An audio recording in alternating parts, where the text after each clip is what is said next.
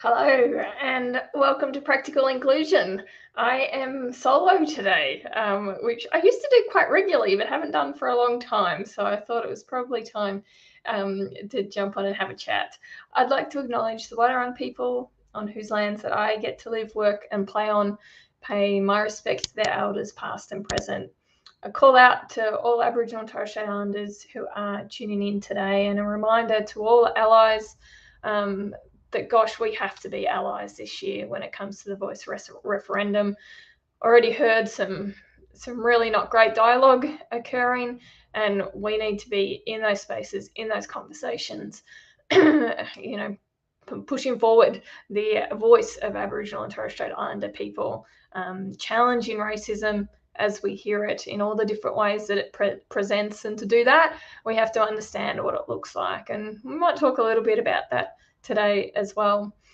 If you are watching in live or even on the replay, please post your questions in the comments. If it's on the replay, I'll get back to them as written text or may address them in an upcoming session. But I'm really absolutely keen to stop at any time today and answer your questions. So if you have any, I'd really appreciate it. If you could send them through. But to get us started, while you're thinking about that, I'm going to talk about a few things. And one of the things that's forefront of my mind at the moment, because of some projects I've been working on, is gender equity. As a result of the Victorian Government's Gender Equality Action Plan requirements for public service organisations, I was involved in the development of a lot of plans, some of the research involved in developing plans. And what's happening now is that people are obviously implementing their plans, or organisations are. And this isn't just for the public sector. There are organisations who have kind of piggybacked off the momentum of that process, right, and are doing things themselves that perhaps they hadn't quite had the momentum or the direction to do beforehand. And so I'm getting asked to do a bunch of what I find really fun and engaging projects, which are reminding me of a lot of the things that the organisations are grappling with it when it comes to gender equity. So I'm going to talk a little bit about some of those now. One of the things I want to say, though, is, and I've spoken about this before, the gender equality action plans, unfortunately, do centre gender. Gender is absolutely a barrier to participation in workplaces, to leadership. There's a very substantial gender pay gap. It's something we need specific and targeted action towards. But when I'm working with these organisations, unfortunately, that key focus on gender has continued to sideline the experiences of people from more broader marginalisation. So when we're talking about people who are culturally diverse, people who are LGBTIQA+, people with disability is a big one. What I'm finding is that's kind of getting the add-ons to the work that people are doing, and we need to bring that into front and center. Every action in our gender equality action plans, or whatever kind of inclusion plans that you have, must also be considering other forms of marginalization and how that intersects with gender. I'm going to talk about that, I think, till the day that I finish doing this type of work, because the message is just not getting across. I know it feels too hard, and I know gender feels easier to put our hands around, to understand, for those of you who have lived experience of being a woman, but perhaps not being part of other marginalized or minority communities. I get it. And I get that for many organizations, you're not hearing voices of others. You're not hearing voices of people with disability in your processes, or people of color. And so you are focusing on the issues that people are actually telling you about. Don't forget the stuff that you're not hearing about. It's still there, and it's probably even more there if you're not hearing about it, because people aren't there in those conversations to express the barriers and the challenges that they're facing, or perhaps don't feel safe to. So let's put a real big focus still on the intersectionality piece, on people who experience challenges and barriers that go beyond gender. Awesome, Novi, thanks for putting a question in the chat. That was a bit of an intro for me, but I'm going to jump straight to your question and then go back to what I was talking about there. How do I respond when I'm told DEI work is niche? and not inclusive of the whole company. This is this is very common, right? And what we hear a lot of from people in organizations, that there's reverse discrimination going on, that if we just treat everybody the same, everything is going to be all right, and that's how we create, a safe, inclusive environment. All the same messages that we hear over and over again. The reality is there was some excellent research that came out of the DCA, Diversity Council Australia. I want to say it was last year, but don't quote me on that. I found it last year, where they actually showed through research that men in organizations that were doing diversity, equity, and inclusion actually had increased job satisfaction, increased opportunities, I think it was, an increased sense of belonging. The reality is, when we do DEI work well, it's not niche. It actually improves the experience of everybody in the organization. We have to be deliberate about that, and I talk to organizations about saying, you need to hear everybody's voice, and you need to understand what it is that they're seeing as barriers to their inclusion and their participation. And if it's this comment that, we've got to treat everybody the same, this is reverse discrimination, now that I'm a man, I can't get promotion. Well, we just use the stats to show them that they're wrong, because there is no reverse discrimination, and we're not seeing this kind of, all of a sudden, all these men are missing out on opportunities. That's not actually the reality. So we use stats to prove that. But at the same time, we might say, all right, well, why aren't men, and I'm using gender here as an example because that's the space that my head's in at the moment. But why aren't men accessing parental leave? Why aren't they working flexibly? What is the experiences for men with disability, men who have strong accents in the workplace? And that's an issue that I dealt with just recently in terms of the discrimination they're experiencing.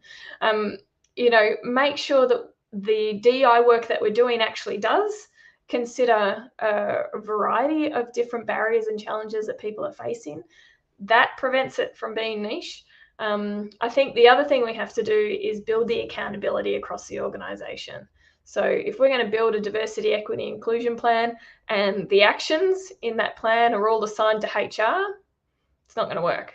That is niche, right? That's just a plan that's just for a specific team to work on. When we look at our DEI plans, those responsibilities have to be for people across the organisation. The procurement team has to have responsibility for increasing the inclusiveness of the procurement process. The finance team, absolutely. The leader of the finance team needs to have objectives around how they demonstrate inclusion and how they diversify their team. We need to make sure that accountability goes across the organisation and not just in specific areas. It's not just the DEI project officer's role to create inclusion. It's the entire executive team. It's all the people managers, and we need to educate them to be able to do that. I hope that answers your question in some way. I don't think we always get our message across in the way we want to, but maybe that gives you some ideas over in terms of what things you might be able to say. Quinton's got a question here. Thanks for sending these questions in. It's fantastic. What is the role of psychological safety in promoting DEI? So I'm not sure if I fully get the question in terms of how it promotes DEI. I think it's an essential element. I think much of the DEI work is about creating psychological safety, because if I feel I have psychological safety, then I'm much more likely to feel I belong and feel I'm included, right? So I think it just goes hand in hand. I think a lot of the psychological safety specific work that I've seen fails to recognize the impact of identity on someone's sense of psychological safety. And we can't decouple that. So we know that there are people in our organisation who inherently, because of their identity, because of how they experience the world, they're going to move into an organisation with perhaps a baseline of psychological safety that's lower. We need to recognise that, and we need to do specific things to create safety for people who do have experience of marginalisation or exclusion. You can't decouple psychological safety from DEI work, and you do see that happen quite commonly, where people just will talk about what makes us feel safe in this organization. And there's kind of this, sometimes we see an assumed level of safety. People just assume that this is an inclusive space because the majority of people answer that survey question in the engagement survey each year, saying that I feel safe to be myself. The majority feel safe to be themselves. That's great, but also that's not telling telling us anything about the experience of people from marginalized and minority communities. We want to understand the data from that perspective. And if we have safety for somebody who is queer, who is Black, and has a disability, then perhaps we can say we have a safe and inclusive workplace. So yeah, I'm not sure if I answered your question, Quentin, but I don't think we can decouple those things. They have to be done together, have to be considered together, and they're an important element of each other, right, in the workplaces. All right, let me move on here. We've had Sarah place a comment that DI work is a cultural change. It's not an annual morning tea to make a corporate nod to a group of interest. DI work needs to happen every day to ensure people feel seen, validated, and their value recognised in the workplace. And I could not agree with you more. There is nothing more frustrating than being asked to deliver a 1 hour lunch and learn session into an organisation, perhaps on LGBTIQA plus inclusion, and to notice that they're not doing anything else to create a safe and inclusive space. And then they say, oh, well, why don't you send me through a quote for your full workshop? And you send it through and they don't even have budget for that. That's the bare minimum, right? That we run once a year, an educational workshop that people can come and attend and learn more if they want to. That's the bare minimum. DEI work is absolutely everyday work. It's now reflecting on, we've had International Women's Day. What are we doing today to create a more inclusive environment in our organisation for people? Have parental policies and how inclusive they are? Have we looked at the demands that recently? Sorry if I had internet issues there. I just did a project recently where part-time staff made it very clear that they felt that they were working full-time hours for part-time pay. That they were afforded that flexibility to work part-time, but the reality is the responsibilities aren't being removed and placed elsewhere. They're just expected to do that same amount of work in less amount of time for less pay. That's not gender equality. So they're the types of things that we need to be continually focusing on, asking people questions, what experience work is the work people they need, or is there much more work to do? And I suspect that there is. So great comment, thanks, Sarah. All right, loving the questions. Please send more through if you have them. Sorry if my internet's screwed down.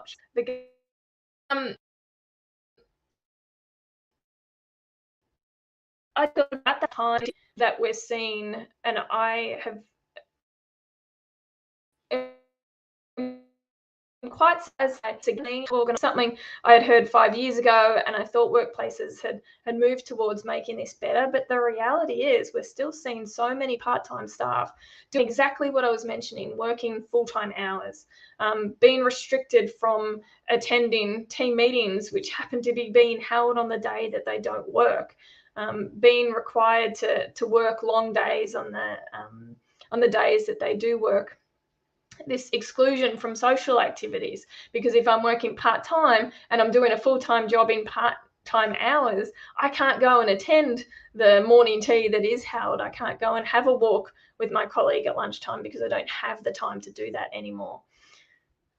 I think there needs to be a real focus on how we are treating part-time staff, the experiences that they're having, and how we're making leadership roles attainable and achievable for part-time workers with caring responsibilities, workers with other reasons why they require that flexibility and that part-time work, because that's how we achieve our diversity objectives, right? There's no point setting a target for gender balance, and let's remember many of those targets are based on a model of binary gender. But there's no point setting those targets if we're not actually creating leadership roles that are achievable for people with different backgrounds and with different ways, needs, to work. We have to look at our structures and our systems. What makes our leadership roles attractive to people who perhaps aren't like the same people who have held those roles for years?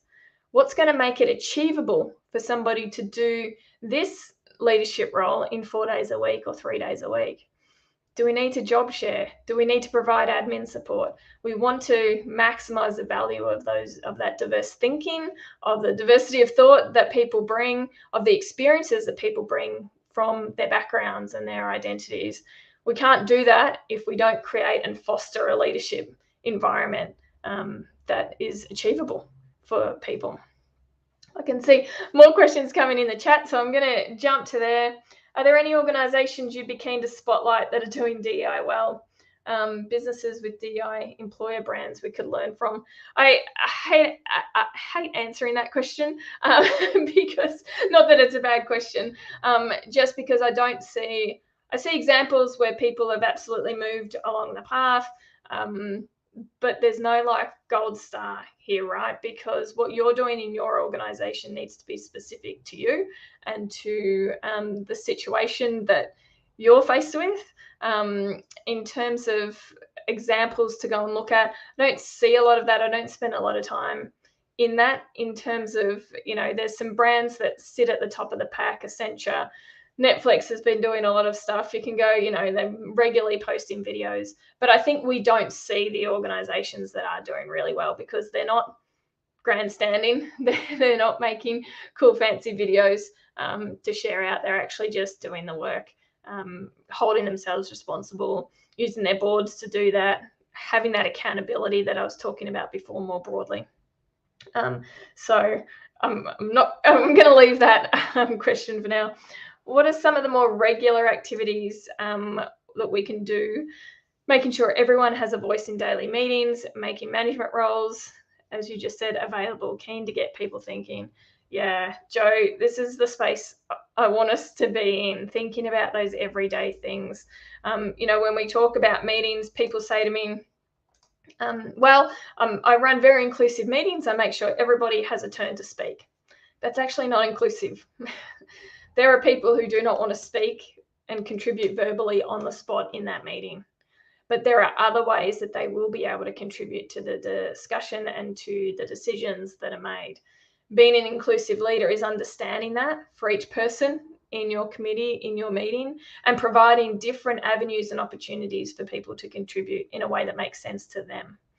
I was just having a conversation with somebody about a sporting issue. Somebody was seeking some advice from me around cricket and how to basically, it was almost about how to get the women to behave more like competitive men in this sporting environment.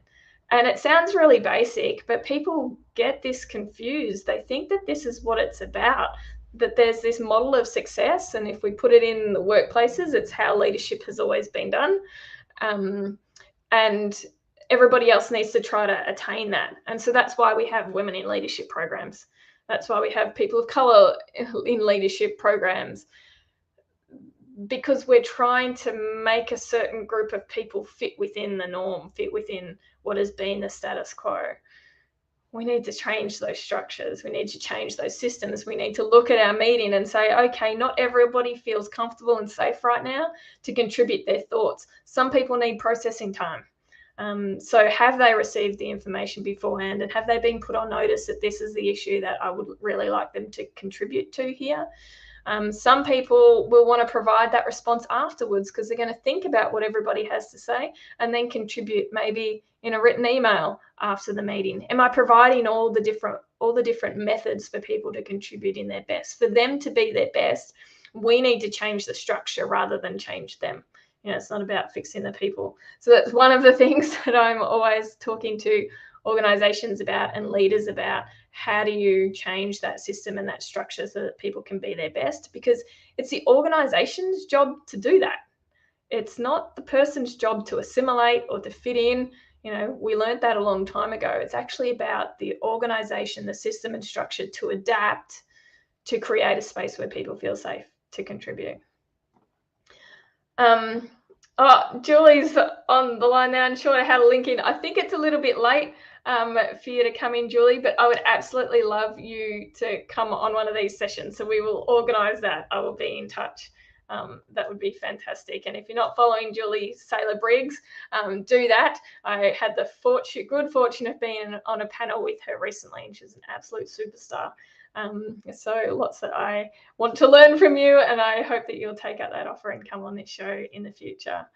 I have some things I do want to talk about before I go. It would be remiss of me not to talk about the ridiculous transphobia that has occurred over the last few weeks, but also over the last decades, centuries, right?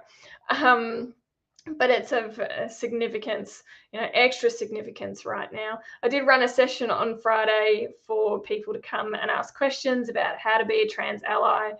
Such a great turnout and such incredibly deep questions. Like, it was really, it blew my mind. And a big shout out to Britt and Kath, who helped me out with that session, very kindly dedicating their time and sharing their experiences. Some key takeaways. If your social media right now is not flooded with trans activists and advocates telling you how to be a trans ally, then you're following the wrong people.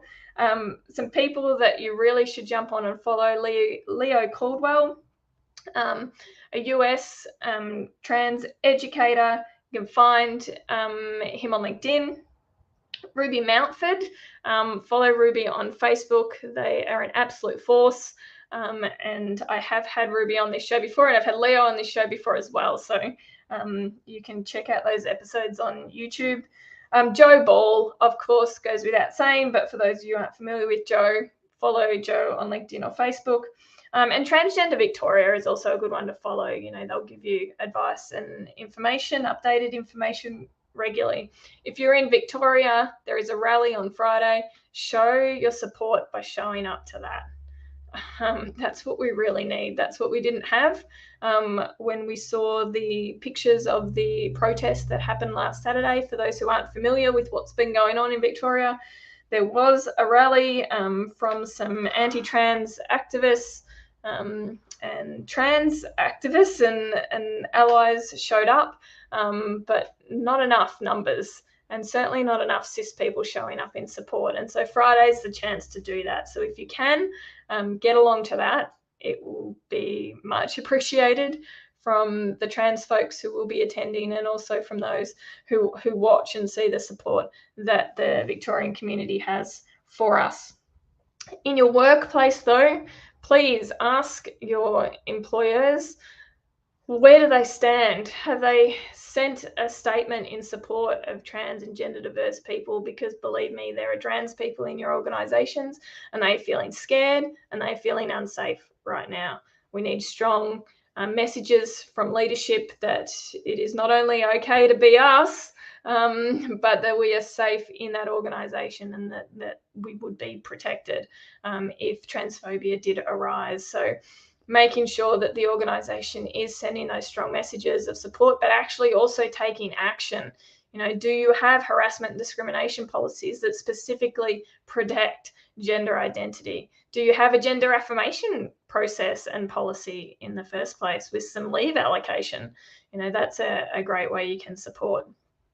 So if you're in an organisation and you're not in a leadership role, please be asking your leaders, what are they doing to show support? And if you are in a leadership role, think about the way that you can meaningfully contribute to the current situation. All right, there's some other great, yes, Star by Denny, absolutely, Sarah, great add to that. If others have other people to follow, please stick that in the comments and in the chat. I'm going to head off soon. It's 12:25. I did want to make a quick plug. Obviously, I do run training. Training in inclusion is definitely not the only thing you should do. Generally, I won't deliver training into an organisation unless there's plans to do the broader work.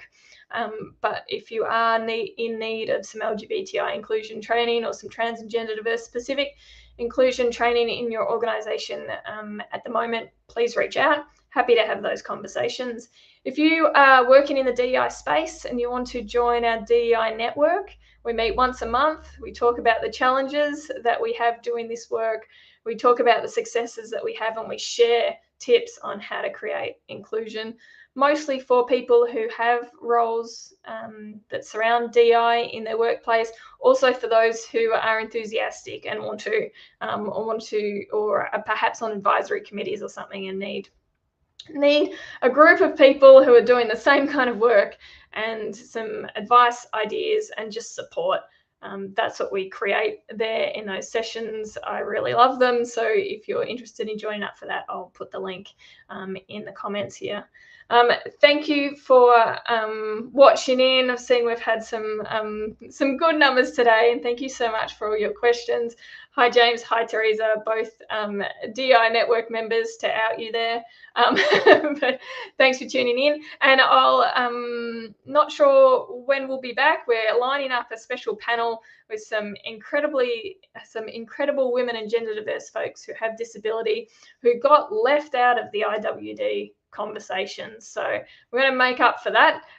We're just trying to lock in some dates, and hopefully we'll get Julie on soon as well. All right. Catch you all next time.